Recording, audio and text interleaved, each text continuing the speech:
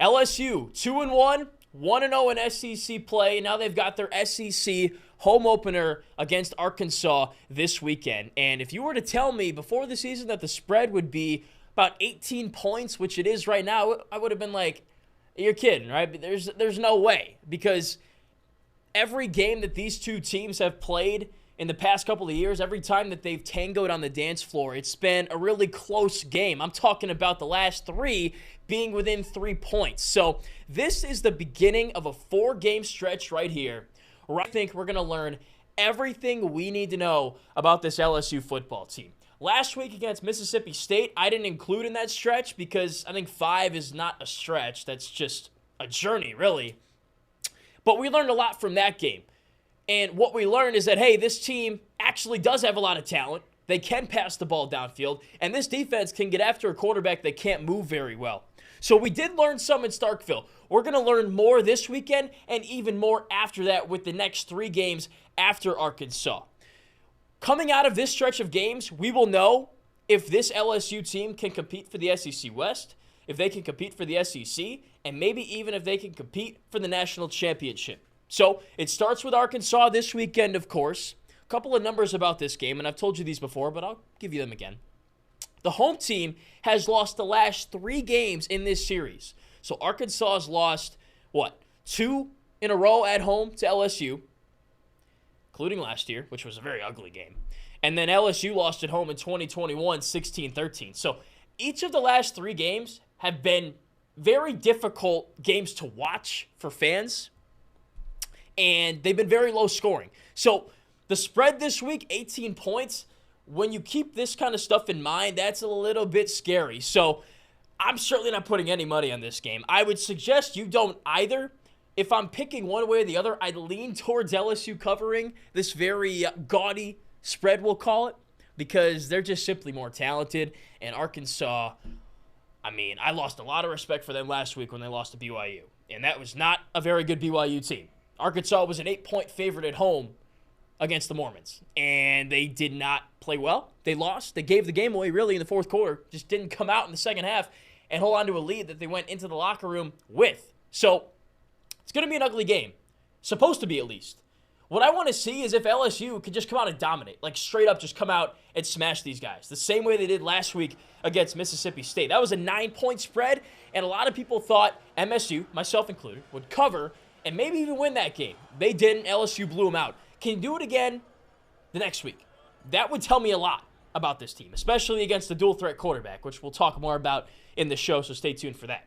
So the next game, I don't want to get too far ahead. I just kind of want to lay out what this stretch is for you guys, is Ole Miss on the road.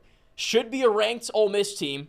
We don't know a whole lot about them at this present time. They beat Tulane in New Orleans on the road in a very competitive game, which, 9 out of 10 times, maybe that game's a little bit closer than it was. It was 37-20, but it was a 20-17 game, Ole Miss winning in the fourth quarter. More on that later as well. But LSU specifically against Ole Miss, the away team, 2-8 in the last 10 games, 1-9 against the spread. So the away team has not played well recently. The past decade, not even recently, I guess historically we could call it at that point. So that's going to tell me a lot. If LSU can then, after playing a team in Arkansas where they've played them very ugly and poor the past couple of years, they can go to Ole Miss as the away team and kind of rewrite that history and do away with that narrative, ball it up and throw it in the trash can. That would be impressive. And we'll learn a lot about Ole Miss this weekend. They play Alabama. It's their first real big test, so stay tuned for that. We'll learn more and maybe have a better idea of what we're getting in a matchup against Ole Miss. Next, on the road at Missouri, back-to-back road games. The only time this year I'm pretty sure LSU goes on the road back-to-back. It's the meat of the schedule right here, basically. So they lost on the road at Missouri in 2020, the COVID season. Obviously a tough year for LSU. They're a tough couple of years for LSU under Coach O after that national championship. Hey, this Missouri team's really good. I've told you that for weeks. I told you that before they upset Kansas State, and they did that. Top 15 team behind a 61-yard field goal. So they're a team that's not going to make a lot of mistakes, and if you make mistakes, they'll make you pay. So Missouri's really solid. I know that they're not necessarily elite, and they haven't been for a long time, but they're capable of beating you at home. So that would be impressive. They can go win, win, win, including back-to-back road games.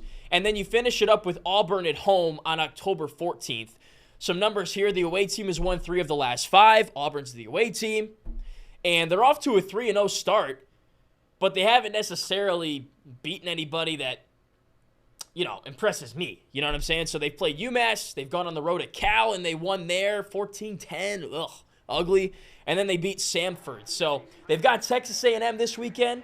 So we'll know more about Auburn this weekend under Hugh Freeze, his first year there.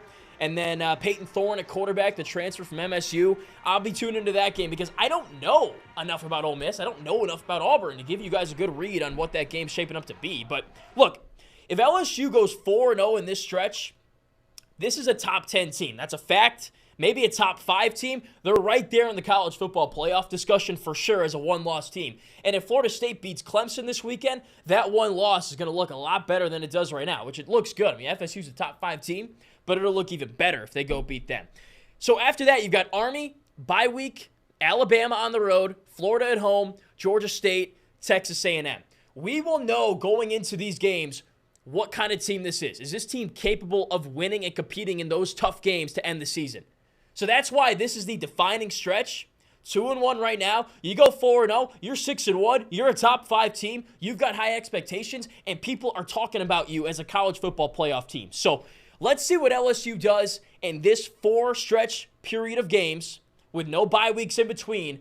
If they rattle off 4 wins, this team is everything we thought they would be coming into the season. So stay tuned and watch the game this weekend. We'll get our first indication.